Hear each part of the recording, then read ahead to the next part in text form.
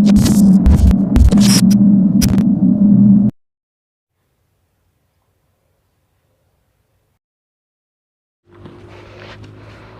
saya Riza, siswa SMA yang baru aja lulus tanggal 3 bulan ini.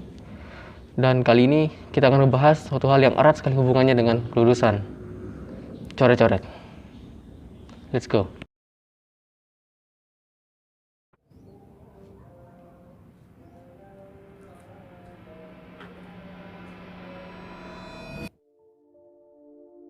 Coret-coret merupakan sebuah kegiatan para siswa untuk mengekspresikan kebebasan mereka dari kekangan sekolah selama 3 tahun.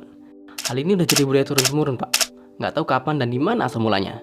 Intinya angkatan sekarang bakal ngelihat di atasnya dan di atasnya lagi, dan begitu seterusnya. Yang menjadi polemik adalah kegiatannya yang bukan sekedar coret-coret doang, melainkan sampai konvoi-konvoi yang bikin macet jalan, bahkan tak jarang ada yang kecelakaan. Dengan beberapa keterangan tadi, membuat saya bertanya, apakah coret-coret ini masih sebagai ekspresi kebebasan atau sudah kebablasan? Beberapa tahun belakangan, misalnya di tahun 2019 lalu, coret-coret dilakukan bahkan sebelum pengumuman kelulusan, yaitu dilakukan setelah dilaksanakannya ujian nasional berbasis komputer atau UNBK. Tentu saja ini menjadi polemik waktu itu. Well, sebenarnya saya nggak ada masalah dengan mereka yang coret-coret baju mereka, karena mereka beli pakai uang mereka sendiri atau mungkin uang orang tua mereka, yang pasti itu urusan mereka. Selama bukan pakai dana dari sekolah, itu aja sih. Yang menjadi masalahku adalah kegiatannya. Kalau kegiatan mereka cuma coret-coret di sekolah terus pulang, itu nggak masalah menurutku.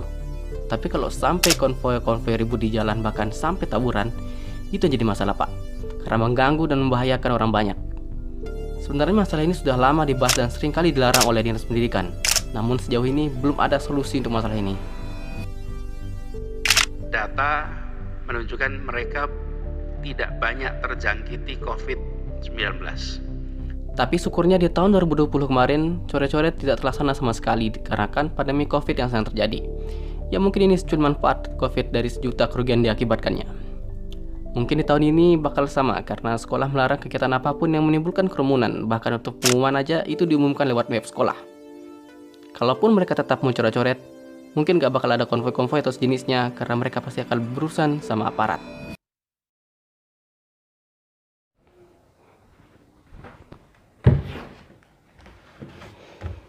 Saya sendiri nggak pernah dan nggak akan ikut-ikutan kegiatan coret-coret ini. Karena saya menganggap seragam bukanlah sebagai pengekang, tapi sebagai simbol kebesaran. Karena seragam sudah menemani kita 3 tahun lamanya, Pak. Apalagi saya adalah seorang anggota Paskibra, di mana seragam adalah suatu kebanggaan tersendiri bagi saya. Pesan saya di video ini adalah, seragam bukanlah simbol pengekangan, tapi simbol pengekangan yang sebenarnya adalah sistem pendidikan itu sendiri.